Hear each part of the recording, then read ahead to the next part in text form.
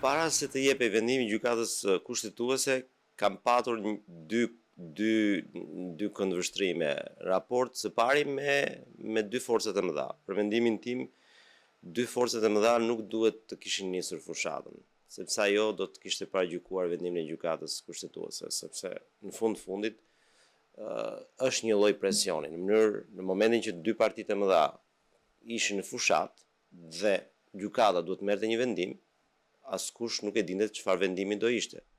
Ky ka qenë, si thuaç, vëzhgimi im i parë në raport me këtë.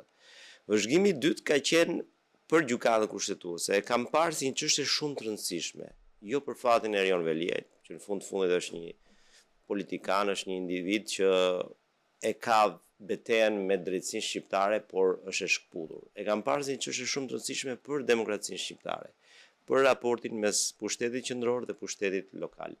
Dhe një lloj thirrje, nëse mund të kemi hapësirën për të bërë një thirrje gjykatës, ishte pikërisht kjo, që duhet ta mendonin mirë vendimarrjen, duhet ta merrnin qetë. U surprizova nga shpejtësia e vendimarrjes. Ndoshta edhe ata kanë qenë përfshirë dhe ndoshta nuk kanë pritur, le të themi, mbrojtjen e palëve ose argumentat e palëve dhe e kanë patur një opinion përpara se të shkojnë në proces. Dhe kam përshtypjen vendimi i gjykatës kushtetuese, nëse do ta cilësonim si një vendim të rëndësishëm, është pikërisht në këtë raport. Pra, vendosjen e një ekuilibri mes pushtetit qendror dhe pushtetit lokal. Hiqje emrat, mos u merr as me Ramën as me Veliajn.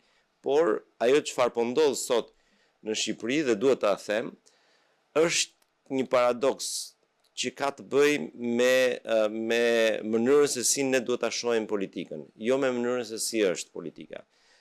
Vjet re një transformim i jashtëzakonshëm për sa i përket mënyrës se si ne po jetojmë. Jetojmë shumë më mirë se ç'kemi jetuar. Unë jam nga ata që thonë dikur ishim më mirë, nuk ka shanse. Mjafton vetëm infrastrukturën e Tiranës ta shohim që ka ndryshuar, besoj këtu biem dakord.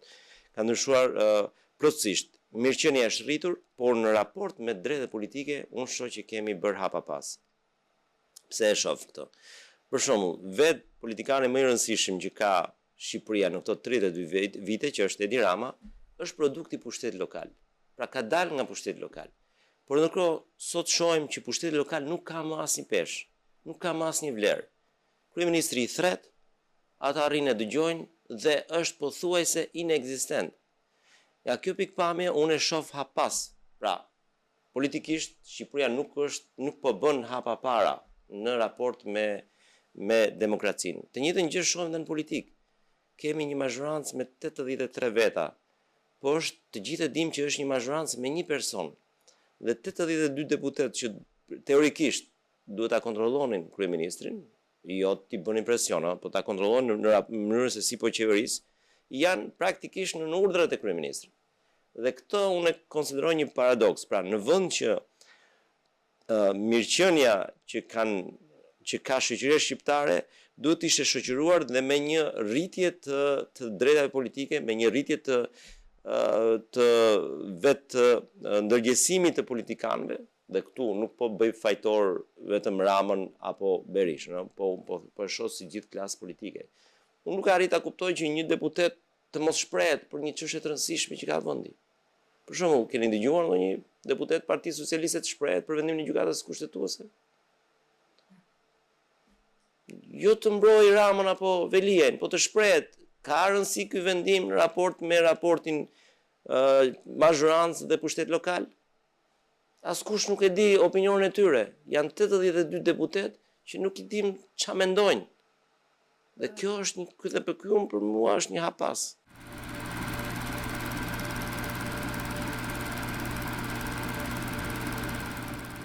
Pasojat për vendimin e gjykatës kushtetuese sigurisht që janë të dukshme. Pra, nuk kemi zgjedhje në Tiranë. Kjo është një pasojë e dukshme. Dhe nga kjo pikpamje, se çfarë është demokracia, është përplasje edhe pushtetesh, përplasje interesash. Por ky është problemi që ne kemi. Nuk kemi fare përplasje. Pra deri tani nuk përplaset askush, nuk kemi një përplasje në kuptimin e shëndetshëm të demokracisë, le themi të pushtetit lokal me kryeministrin. ke dëgjuar ndonjë zë që thotë zoti kryeministër, unë respektoj ligjin dhe nuk jam dakord me këtë që po thua. Nuk e ke dëgjuar dhe besoj se do ta dëgjosh. Po flas për pjesën që ka realisht pushtetin këtë vend, se nuk po flas për Partinë Demokratike e cila ka kohë që e ka mbyllur në një farë mënyre hesapin e vet me demokracinë. Po kjo përplasje unë nuk besoj se do reflektoj për shembull do t'i bëj më guximtar pushtetarët lokal për të mbrojtur të drejtat e tyre. Se nuk i bëri. Dhe kjo është një vendimarrje që në një farë mënyre i thot kryeministrit që shiko, në raste të tjera nuk mund të shkosh në këtë pikë sepse është kjo vendimarrje dhe në një farë mënyre është një mjet i demokracisë, në këtë rast gjykata kushtetuese, që vendos një ekuilibër, po vetëm kaq, nuk shoh sepse unë mendoj që ndryshimi duhet vi nga dy partitë e mëdha, nga brenda. Për shembull, ndryshimi ke parë, ja po të marr një rast konkret. Ajo çfarë ndodhi në Shtetet Bashkuara të Amerikës, fituesi i Bashkisë së New Yorkut, i cili fitoi sepse u përplas me Donald Trump.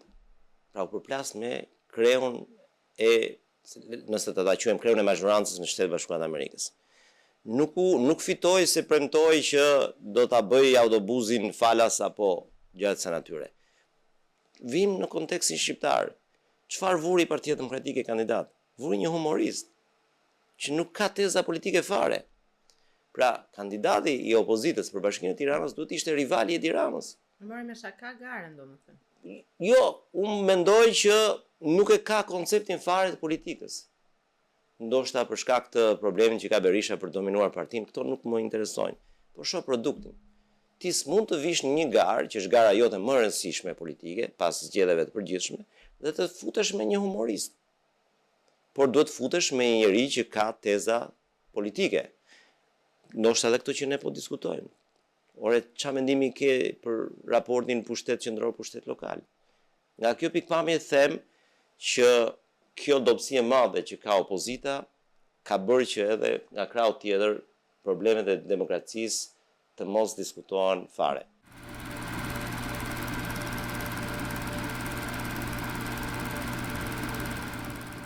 Me thënë të drejtën, unë Erion Velin e kam parë si një figurë politike, nuk e kam parë si një kryebashkiak edhe pse ai nuk u shfaq kurrë si figurë politike në këndvështrimin tim. Ai mbeti, le të themi, administratori i qytetit, gjë që është shumë pak për një njerëz që ka ambicie për të qenë, dhe besoj këtu bjem dakord që ai ka patur ambicie për të qenë numri 1 i Partisë Socialiste. Dhe çuditërisht, veprimi më i fortë politik që ai ka bërë ishte pikërisht kjo, që vajti në gjykatë kushtetuese. Pra gjithë karrierës së tij politike, ky ishte momenti, edhe pse izoluar, ky është akti më i fortë politik që ka bërë Erion Veliej. Sigurisht, këtë ai arriti si fitore, ndërkohë ai ka një ngërç të madh që ndoshta nuk do ta lejoj të bëjë një politikë, le të themi, të normale, që është akuza e Spakut, që nuk ka lidhje me këtë fitore. Akuza e Spakut është tjetër gjë. Tani ne do shohim se si do shkojë çështja. Ai do kërkojë padyshim një liri ose një mas më të lehtë sigurie, që mund të jetë arrest shtëpie ose detyrim paraqitje. Dhe nëse ai fiton këtë, do ishte një tjetër fitore e tij në këtë aspekt, dhe aty pastaj ne do shikonim nëse ai do reagojë politikisht apo jo. Se ti nuk mund të thuash, le të themi, që jam avokatët e tij ndërkombëtare, se ai nuk është prehur. Jam i persekutuar politik dhe ky persekutim ka ardhur nga prokurorët. Nuk shkon kjo. Pra, Veliej nuk është i qartë çfarë do. Do bëj betejë për ambiciet e tij politike apo do bëj betejë për situatën e tij, le të themi, penale që ka me Spakun. Pra, ky akt që ai bëri duke shkuar në gjykatë kushtetuese mund ta konsiderojmë një start të ri dhe interesant, pozitiv, por nëse nuk pasohet me një platformë politike, atëherë në fundit mbetet një çështje e tij penale me Spakun dhe pa asnjë lloj peshe në politikën e vendit.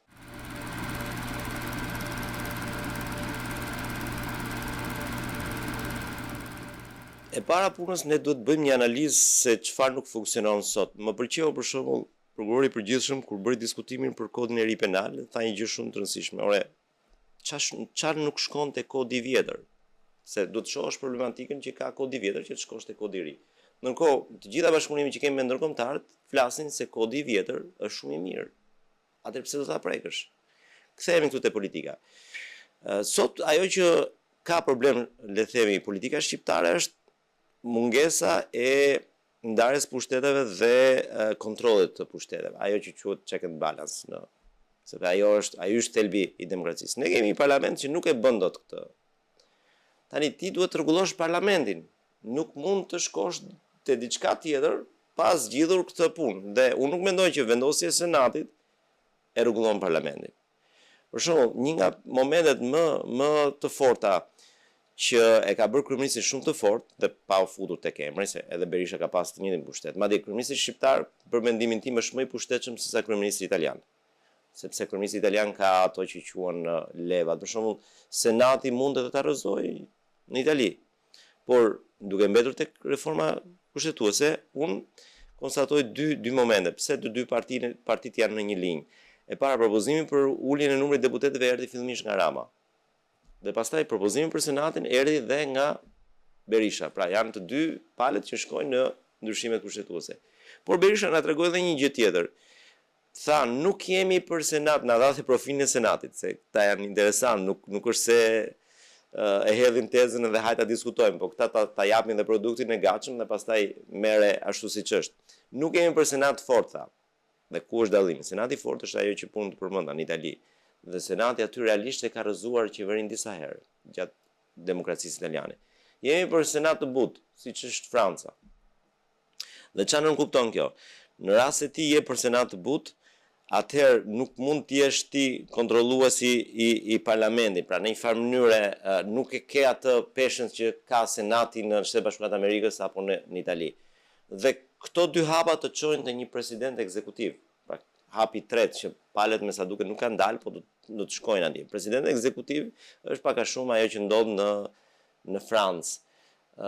Dhe ka përshtypjen këtu do shkojnë palët tek presidenti ekzekutiv dhe këtu pastaj biem tek ajo që është interesi i opozitës.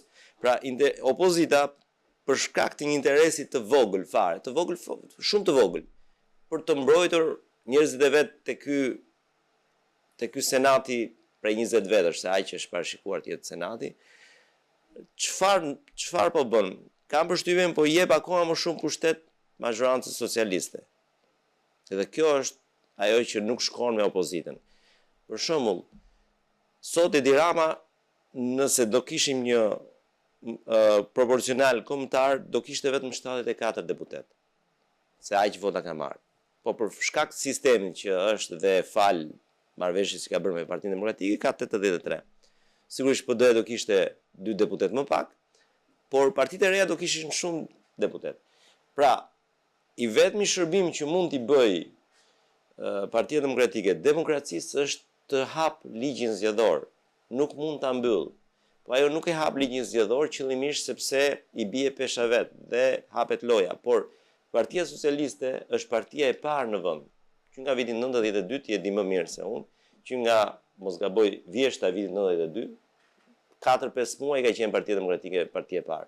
Që nga vjeshta 92-shit, Partia Socialiste është forcë e parë në këtë vend. Që do të thotë që ti si parti opozitare duhet je detyruar të vish në pushtet vetëm me koalicion, se vetëm nuk vjen dot. Që të vish në koalicion duhet të hapësh ligjin, të japësh mundësi dhe partive të tjera të përfaqësohen. Pra, prandaj them që kjo opozit, kjo Parti Demokratike, ky leadership ose nuk kupton fare, por nuk besoj se nuk kupton, por do të ruaj këtë lloj status quo ose i leverdis për interesat ekonomike që ka. Dhe kjo është drama për demokracinë shqiptare.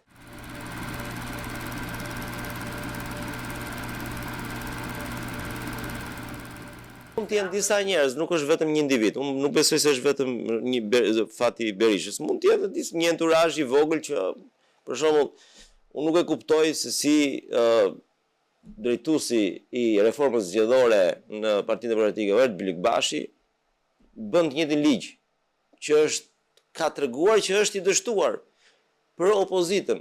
Minimalisht mund mos ta pranoj Partia Socialiste, po duhet ta thuash. të nderuar qytetar, ne jemi për këtë ligj, proporcional kombëtar, sepse është një ligj më i drejtë.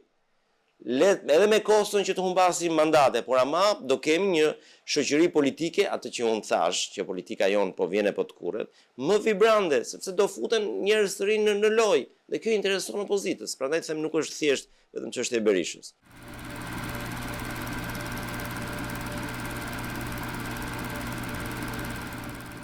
Patyshim që Berisha është komod. Berisha e di që nuk është i votuar. Qytetarët shqiptarë nuk e kanë votuar. E kanë votuar herën e fundit, mos gaboj, atë që unë thash, jam i bindur për këtë, në vitin 1992 në 31 mars, 22 mars, nuk e mbaj mend. Kjo është hera e parë dhe vetme që Berisha është votuar. Sepse i referohen dhe dy viteve të vitit 2005 dhe 2009. 2005 ai shfrytëzoi çarjen e smajtës që ishte e dukshme. Pra Berisha ka qenë shumë i aftë të krijojë diversion tek e majta. Dhe me këtë diversion, sepse ai e dinte që ishte i pavotuar, herën e fundit që Berisha tentoi të maste veten tek qytetarët, ka qenë në referendumin 94-s, e pa që aty ishte i pavotuar dhe pastaj gjithmonë taktika e tij ka qenë në funksion të përçat tek e majta dhe arrit mba pushtetin. Dhe këtë arriti me dy palë zgjedhje siç ishte 2005 dhe 2009. Pavarësisht problemeve që kanë treguar raportet e OSBE-s. Pas ardhjes së Edi Rama këtë e kuptoi dhe po ta shohim ne kemi një të majt super solide. Pavarësisht problemeve që ka kjo qeverisje, nuk shoh asnjë të qartë. Madje edhe këta që thon Erion Veliaj ka probleme me Edi Ramën, e dëgjova dhe në proces ai nuk ka thënë kur një fjalë, një mini, le themi rezervë, nuk po them goditje, por mini rezervë për Edi Ramën. Pra, se nuk uzon askush. Këtë po them pra, e majta është shumë solide. Dhe Berisha këtu e di dhe nuk po çan dot. Për aq kosta nuk mundohet ai me diversion jo për Veliajn, jo për Ballukun, i ke parë çdo ditë në konferenca. Po nuk po ecën. Dhe ai çka ka kuptuar? Të paktën të mbaj pjesën time. Dhe kur më ka pyetur realisht për Partinë Demokratike, kam thënë, shiko, unë nuk më intereson fare. Duan demokrata ta mbajnë Berishën, ta mbajnë. Nuk është problem ky, por problemi që unë shoh është për shoqërinë. Sepse Partinë Demokratike dhe njëherë shoqërinë shqiptare. Jo, nuk po them shoqërinë shqiptare, po kanë marrë peng Partinë Demokratike është tjetër gjë. Opozitën. Dakor. Ti ke ndalë zhvillimin e demokracisë. Po patjetër, kjo po more opozitën patjetër, por problemi i madh është që aty edhe këto forcat e reja nuk arritën dot të krijonin një fluks të ri. Pra, ndoshta doktori duke mos çarë dot më Partinë Socialiste prej vitesh është futur tek sektori tjetër për ça forcat e reja dhe në një farë mënyre i arriti edhe kandidati i fundit i Partisë Demokratike për Tiranën tregoi që ai arriti atë që ditë bëj më mirë. Pra, i la shejajt terrenin dhe më pas ja mori prap terrenin. Pra, kjo është një loje që Berisha e bën shumë mirë. Jam dakord me ty që opozita është shumë e rëndësishme në një demokraci. Është si dy anë të një peshore. Në momentin që një anë është për tokë, pjesa tjetër do shkojë shumë lart dhe është e pakontrolluar. Prandaj duhet që opozita të rritet në mënyrë që të ulet pjesa e mazhorancës. Dhe prandaj thashun, i vetmi mision që mund na bëj Partia Demokratike si shoqëri është të propozoj, nëse do ta pranojë Edi Rama, se ne nuk e dim, të propozoj një ligj që është më i pranueshëm për hapjen e demokracisë. Siç është ligji proporcional kombëtar, nuk ka shumë nevojë për të sajuar ato që bën këta me jo spanjollë. I mjafton që sa përqind merr zotërinë në popull, aq përqind përfaqësohesh në parlament. Është ligji më i drejtë dhe i hap mundësi spektrit. PD-ja nuk e bën këtë sepse ta thash, nuk ka interes grupi që drejton Partinë Demokratike.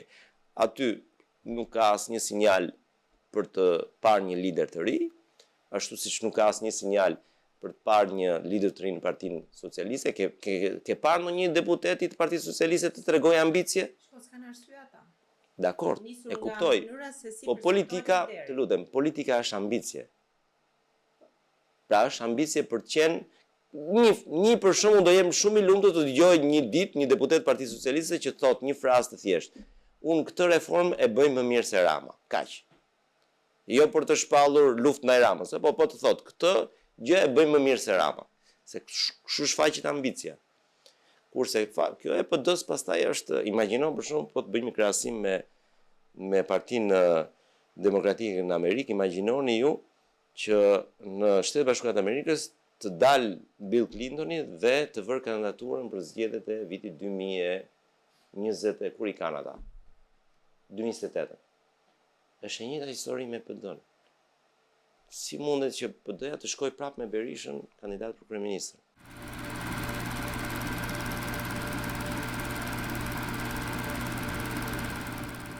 Ky është ndoshta në këndvështrimin tim është momenti më delikat që ka Edi Rama si kryeministër dhe e shoh tek reagimi i tij.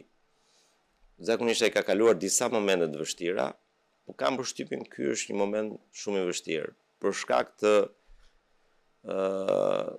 shkak të rolit që ka zonja Balluku, për shkak të pushtetit politik dhe ekonomik që ajo ka marrë fal Edi Ramës, sepse ne themi ka qenë një nga njerëzit më të afërt. Në mos është, tani nuk e dim. Pra, ajo çfarë duhet parë është reagimi. Deri tani nuk kemi asnjë reagim nga Edi Rama. Unë nuk e di si ta lexoj. Është Rama dakord që Spaku po heton apo Rama është kundër Spakut? Se le t'i lëm këto thashë themet. Sidomos në kuadër të diversionit që bën Berisha, jo ka marrë prokurorin, jo andaj nuk i hy këtyre muhabeti. Unë lexoj qasën e kryeministit. Nga dita e premte dhe deri tani kanë kaluar një javë dhe nuk ka asnjë reagim nga kryeministri. Dhe unë këtë e kam të vështirë ta lexoj. Si ta përkthej. Pra, i vetmi përkthim që i bëj është që kryeministri është në një moment delikat të pushtetit të tij politik.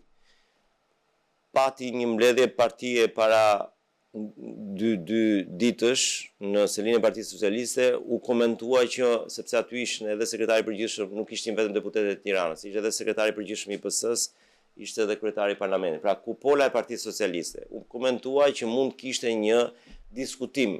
Ndërkohë doli diçka që u fol për zgjedhjet e Bashkisë Tiranës, që tani nuk ka sens kuptimin që ne e kemi tashmë të deklaruar situatën falë vendimit gjykatës kushtetuese. Çfarë tregon kjo? Tregon që kryeministri po merr kohë. Për çfarë po merr kohë? Ne nuk e dimë.